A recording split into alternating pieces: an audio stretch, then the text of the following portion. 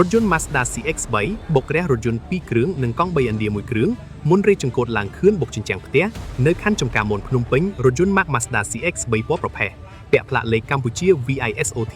277មួយគ្រឿងដែលបើកបរដោយបុរសម្នាក់បានបង្កគ្រោះថ្នាក់ចរាចរណ៍ដោយបុករះយានយន្តជាបន្តបន្ទាប់រួមមានរថយន្ត Toyota Land Cruiser Prado មួយគ្រឿងកង់3ឥណ្ឌាមួយគ្រឿងនិងរថយន្ត Toyota Prius មួយគ្រឿងទៀតមុននឹងរេចង្កូតឡើងខឿនផ្លូវទៅបុកជញ្ជាំងផ្ទះប្រជាពលរដ្ឋបណ្ដាលឲ្យរថយន្តបង្កអស់ល្បឿននិងឈប់នៅកន្លែងកើតហេតុហេតុការណ៍នេះបានកើតឡើងនៅវេលាម៉ោង 9:29 នាទីយប់ថ្ងៃទី5ខែសីហាឆ្នាំ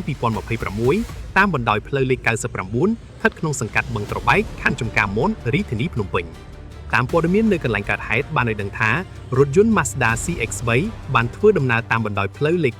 99លុះមកដល់ចំណុចកើតហេតុស្រាប់តែជ្រុលទៅបុករថយន្ត Toyota Land Cruiser Prado មួយគ្រឿង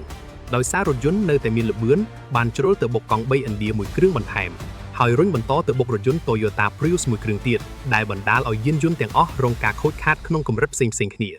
ក្រោយបុករះយានយន្តជាបន្តបន្ទាប់រថយន្តបង្កបានរេចង្កូតឡើងខឿនផ្លូវនិងបុកជញ្ជាំងផ្ទះប្រជាពលរដ្ឋមួយកន្លែងទើបអស់ល្បឿននិងមិនអាចបន្តដំណើរទៅមុខបានទៀតសំណាងល្អក្នុងហេតុការណ៍គ្រោះថ្នាក់ចរាចរណ៍នេះមិនបណ្ដាលឲ្យមានមនុស្សរងរបួសនោះទេប៉ុន្តែបានបង្កឲ្យមានការខូចខាតទ្រព្យសម្បត្តិរបស់ភាគីពាក់ព័ន្ធបន្ទាប់ពីកើតហេតុកម្លាំងសមត្ថកិច្ចបានចុះទៅដល់ទីតាំងដើម្បីធ្វើការវាស់វែងនិងកត់ត្រាស្ថានភាពជាក់ស្ដែងចំណែកអ្នកបើកបររថយន្តបង្កត្រូវបាននាំខ្លួនទៅកាន់ប៉ុស្តិ៍នគរបាលដើម្បីសាកសួរនាំនិងអនុវត្តនីតិវិធីច្បាប់ជាបន្តខ្ញុំបាទពូមីឆាយៈដឹងប៉ុស្តិ៍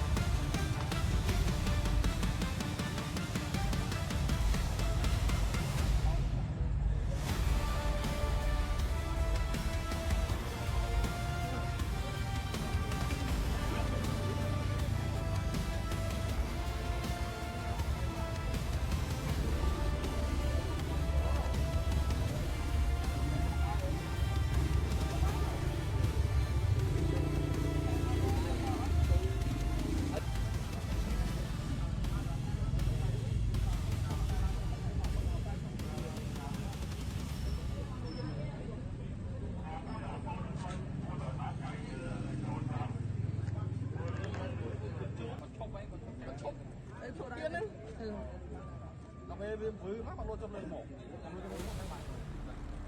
មើលទៅសាក់អោអោទៅចោលបាត់បោកតែចម្រឹងដៃកូនប្រកាស